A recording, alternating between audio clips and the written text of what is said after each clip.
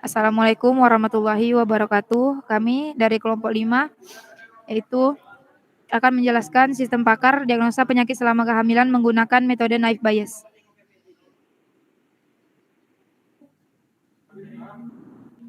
Yang akan kami sampaikan yaitu yang pertama ada latar belakang, yang kedua ada analisis desain, yang ketiga implementasi, yang terakhir studi kasus. Pertama ada latar belakang. Penyakit kehamilan adalah sebuah keluhan atau gangguan yang dirasakan dan terjadi pada saat kehamilan. Berdasarkan penjelasan pengalaman pakar, terdapat 13 penyakit pada masa kehamilan. Sistem pakar merupakan sebuah sistem yang menggunakan pengetahuan manusia. Kemudian pengetahuan tersebut diinputkan ke dalam sebuah komputer dan selanjutnya digunakan untuk menyelesaikan masalah-masalah yang membutuhkan sebuah kepakaran manusia. Dalam penelitian ini, algoritma naive Bayes akan digunakan untuk proses diagnosa penyakit selama masa kehamilan dengan cara memasukkan gejala yang muncul pada ibu hamil. Selanjutnya akan dilakukan perhitungan untuk memperoleh nilai probabilitas posterior pada setiap kelas jenis penyakit yang akan dibahas pada penelitian ini. Jenis penyakit yang mempunyai nilai probabilitas paling tinggi maka akan diambil sebagai hasil diagnosa sistem pakar. Yang kedua ada analisis dan desain. Pertama ada ruang permasalahan, itu menganalisis kebutuhan sistem. Kemudian ada initial state dengan masukan atau input data yang diperlukan adalah data penyakit yang menjadi tujuan untuk mendiagnosis, data gejala untuk ditunjukkan kepada user, data solusi atau obat penanganannya. Yang selanjutnya goal, data keluaran, yaitu dapat menampilkan kemungkinan penyakit dari hasil diagnosis dan menampilkan solusi atau obat penanganannya. Yang terakhir ada algoritma yang digunakan adalah metode naive Bayes. Naive Bayes merupakan algoritma yang memanfaatkan teori probabilitas. Metode ini dipilih karena mudah diterapkan, bekerja secara independen, ya ini sebuah fitur di dalam sebuah data tidak berkaitan dengan ada atau tidaknya fitur yang lain dalam data yang sama, sehingga metode ini dirasa cukup baik untuk menentukan probabilitas dalam menentukan hasil.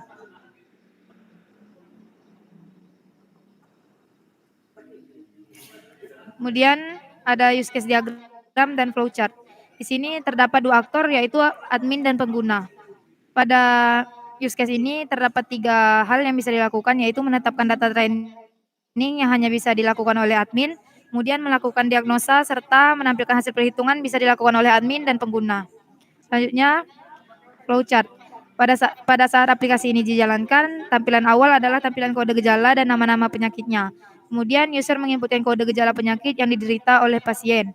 Lalu aplikasi atau program melakukan perhitungan probabilitas dari gejala-gejala yang sudah diinputkan. Setelah itu, aplikasi atau program akan menampilkan hasil diagnosa penyakit yang mungkin diderita oleh pasien. Selanjutnya, aplikasi menampilkan 2 pilihan.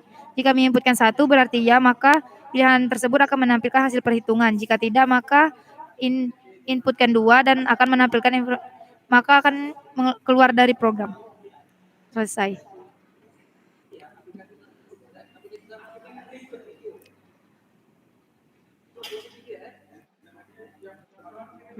Yang ketiga, implementasi. Jadi untuk mengimplementasikan perancangannya, di sini kita menggunakan Python. Yang pertama kita lakukan adalah deklarasi list gejala. Gejala ini adalah sebuah list yang kita gunakan untuk menampung input gejala dari user. Selanjutnya kita deklarasikan list untuk menampung perhitungan AIVJ tiap penyakit. Di sini ada 5 list untuk tiap-tiap penyakit. Selanjutnya kita deklarasikan data training untuk tiap penyakit. Data training ini kita dapat dari jurnal.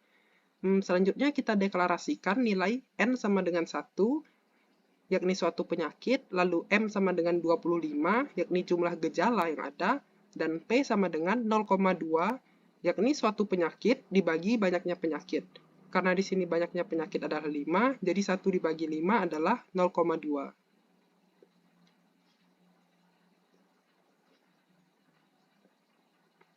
Selanjutnya, kita buat fungsi untuk menghitung AIVJ setiap penyakit.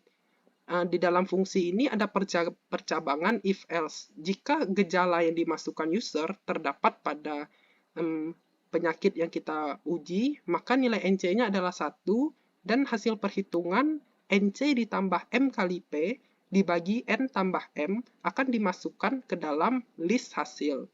Sebaliknya, jika gejalanya tidak ada pada penyakit tersebut, maka nilai NC-nya adalah 0.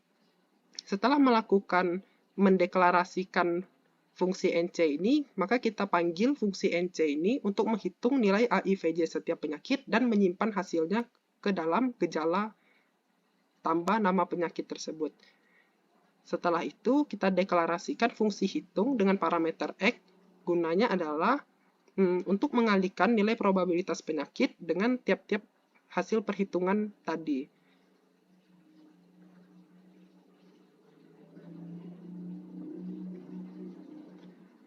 Selanjutnya, kita masukkan nama penyakit dan hasil perhitungannya ke dalam dictionary namanya V. Setelah itu, di sini ada variabel penyakit. Variabel penyakit ini kita buat menggunakan fungsi max, yakni mengambil nilai tertingginya. Jadi hasil perhitungan tadi, nilai tertingginya adalah hasil diagnosa penyakit tersebut. Selanjutnya kita tampilkan hasil diagnosanya. Di sini ada nama penyakit beserta nilainya. Selanjutnya kita meminta user untuk menginputkan pilihan 1 atau 2. Jika user menginputkan 1, maka aplikasi ini akan menampilkan probabilitas untuk masing-masing penyakit berdasarkan gejala dan nilai probabilitas setiap penyakit dengan masing-masing gejalanya. Selanjutnya, program ini akan meminta user untuk menekan enter untuk keluar.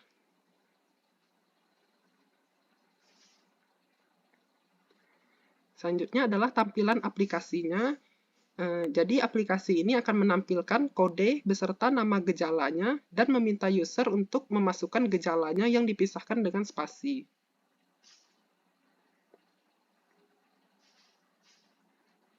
Setelah menampilkan hasil diagnosa, maka aplikasi ini akan meminta user menginputkan 1 atau 2. Di sini user menginputkan 1 dan aplikasi ini menampilkan nilai probabilitas.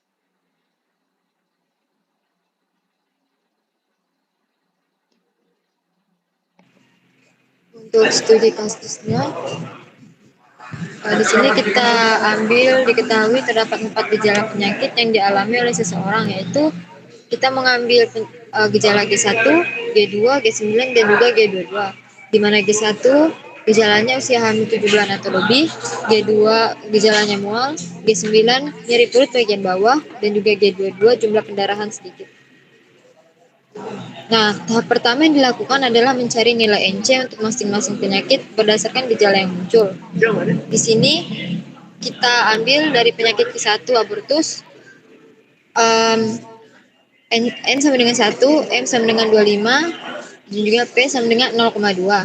Nah, di sini kita ambil NC-nya, di mana jikalau gejalanya ada di dalam penyakit tersebut, maka nilainya 1, dan juga jika tidak ada, maka nilainya 0. Seperti kita bisa lihat, untuk penyakit abortus mempunyai gejala hanya 9, penyakit kedua mempunyai gejala 1, 2, dan juga 9, penyakit ketiga hanya memiliki gejala 22, untuk penyakit keempat hanya memiliki G9, dan juga untuk penyakit kelima memiliki G2 dan juga G9. Setelah itu, kita menghitung nilai probabilitas untuk masing-masing penyakit berdasarkan gejala. Nah, di sini kita bisa lihat ada sebuah rumus di mana 0 ditambah 25 kali 0,2 per 1 per 25. Di mana jikalau NC-nya 0, maka sudah dipastikan nilainya adalah 0,1923. Sedangkan jikalau nilai NC-nya 1, maka nilainya 0,2307. Di sini kita bisa lihat masing-masing nilainya sesuai dengan nilai yang sebelumnya di mana tahap pertama sudah ada. Nah, tahap ketiga adalah mengalihkan nilai probabilitas setiap penyakit dengan masing-masing gejala. Untuk di sini kita mengalihkan semua nilai probabilitas yang sudah kita hitung tadi. Dan juga akhirnya kita akan mendapatkan masing-masing nilai probabilitasnya dari setiap penyakit. Kita lihat dalam bentuk tabel, hasil V yang memiliki perkalian terbesar didapatkan pada tabel berikut.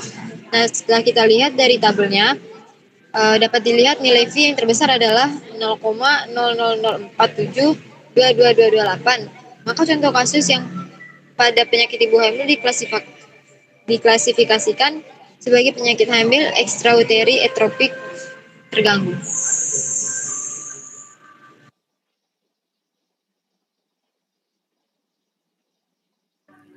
Baiklah, untuk membuktikan bahwa hasil perhitungan manual dengan aplikasi sama, maka akan saya lakukan menjalankan aplikasi tersebut.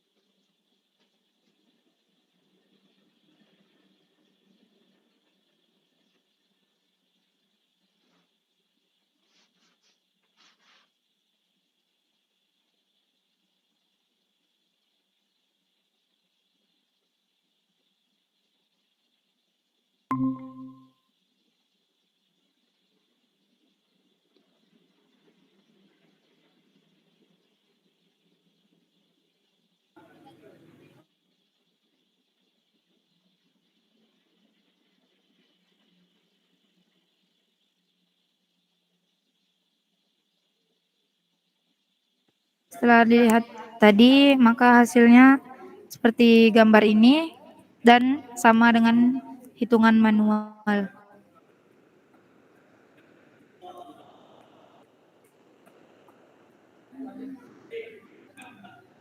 Baiklah, demikian dari kelompok kami.